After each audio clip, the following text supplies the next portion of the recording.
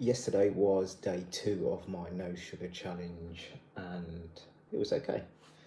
I had a couple of wobbles, mainly after I'd eaten my lunch and also my dinner, which I kind of knew was going to happen anyway, because for me, that's when it usually happens. And I was expecting it.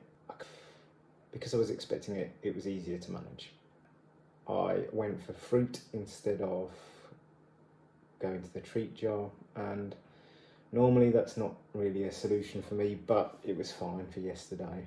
Stuck with apples rather than bananas. And also one other thing I did was in the morning I'd roasted some peppers, not because I intentionally wanted them as a snack, but the morning, I think mid-morning, after my lunch, when I wanted something sweet, rather than getting a biscuit or a chocolate bar, I actually just ate the rest of the roasted peppers.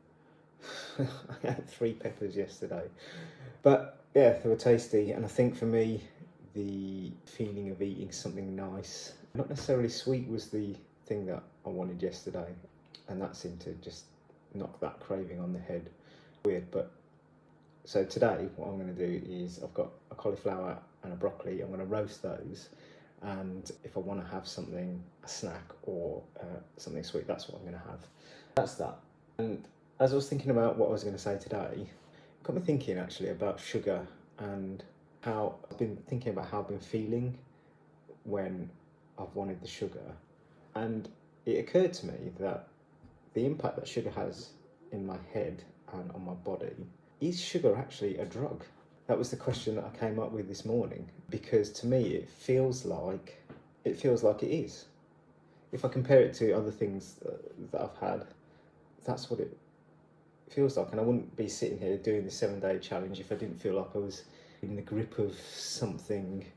And I've approached this whole thing, this whole 7 days, with exactly the same mentality as when I want to cut down or stop the booze, another addictive substance. Is sugar actually a drug?